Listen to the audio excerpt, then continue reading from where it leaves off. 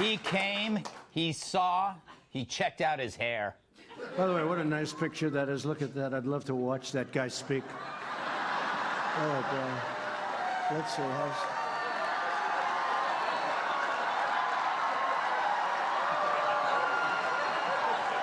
I try like hell to hide that bald spot, folks. I work harder. Doesn't look bad. Hey, we're hanging in. We're hanging in. It's amazing. That's our president. How did this happen? How did this happen? All right. But he turned insults about his golden mane into a golden moment. And you know, it's hard to rip him on his locks when he's just better at it than you are. So on Friday at CPAC, President Trump touched on pretty much everything, talking like your rich uncle who simply doesn't give two or three. You be the judge of how many he doesn't give. My favorite part, when he explained plainly why people do lousy in midterm elections. What happens is you fight so hard to win the presidency. You fight. And now only 2 years, that's a very short period. And by the time you start campaigning, it's a year. And now you got to go and fight again. But you just won. So nobody has that same drive that they had. So you end up not doing that well because the other side is going, they're crazed. And by the way, they're crazed anyway, these people. They are really crazed. Try to remember, has anyone ever done that before? It's the best election advice I've ever heard. And of course, any Trump speech wouldn't be complete without an honest self-assessment. My administration, I think, has had the most successful first year in the history of the presidency. I really believe that. I really believe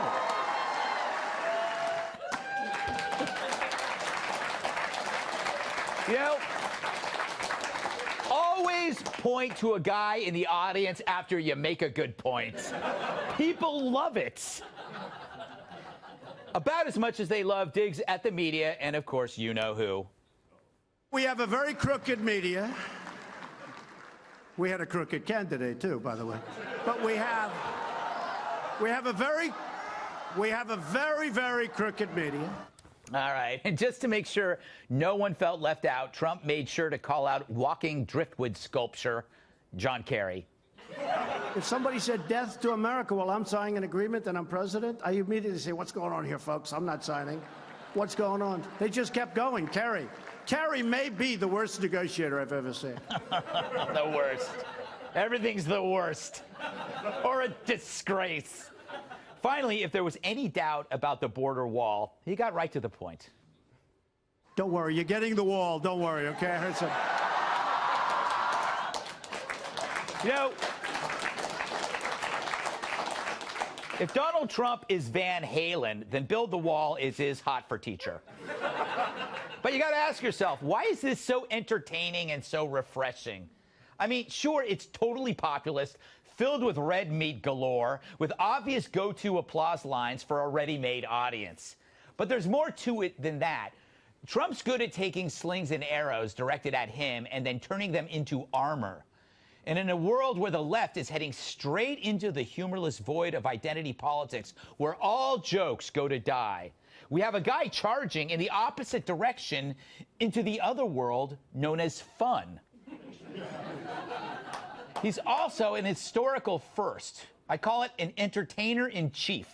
He wanted two things in life: to host a TV show where he could talk about stuff, but also be president. At 71, he managed to combine both. No wonder he's having a ball. And that's my final point. He is having a ball. And maybe so should you. For now.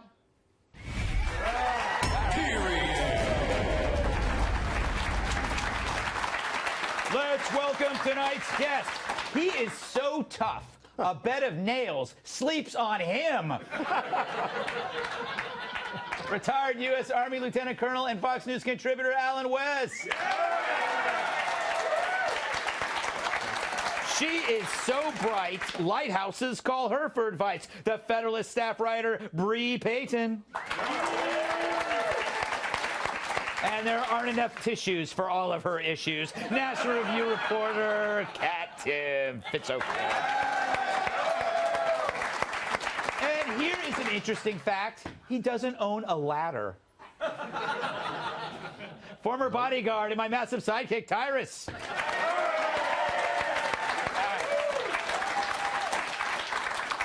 Colonel West, what impressed you most about his CPAC speech? Any highlights for you?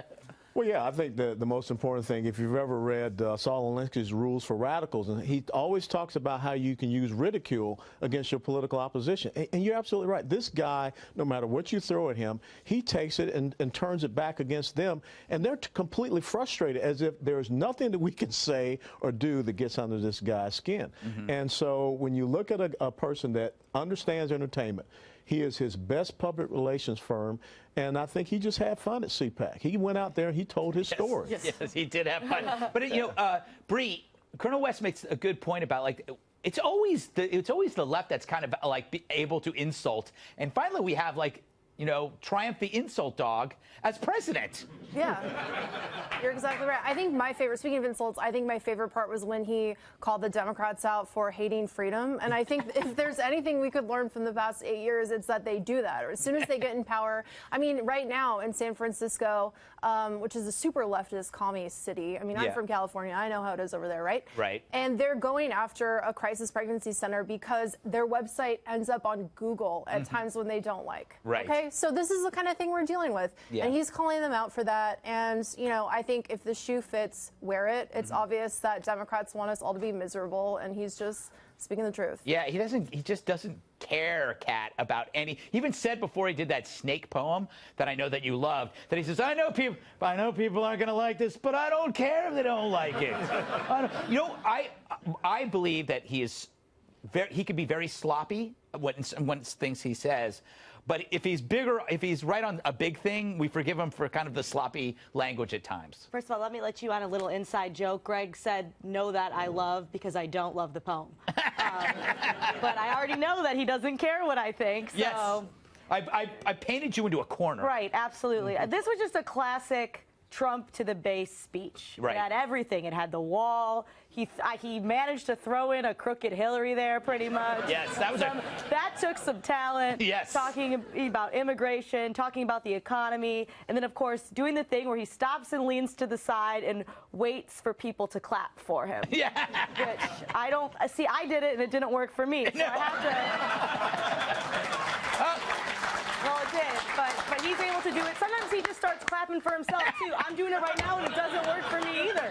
So he's really good at getting applause, and that's one thing that I really envy about him, whether or not he has a bald spot. Yes. You know, Tyrus, I bet he wishes he could do that every week. He seems to enjoy it, be his thing. But he does do that every week. Yeah. And I think that's the part that the super left and the CNN building has got to have a late night meetings. Like, what do we got? He cheats on his wife. He's a Russian spy. None of that works. He doesn't care. He eats at McDonald's and he doesn't care. Did he eat a baby? Can we see if he ate a baby? And he probably would say it was the best baby I ever had. And those of us who haven't had a baby should really try it.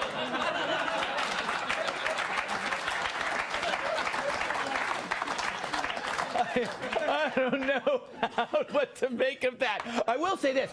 What you're talking about, the fact that he doesn't care, it makes it harder for comedians to even deal with him because it doesn't bother. It might have bothered him before. You know what? You've been in that. I've been in that relationship where she don't care anymore, and you try to say things to hurt her feelings, and she don't care. That hurt when you said, like, when she gets home and tell her, "You're always late. You're irresponsible," and she goes, "Mm-hmm."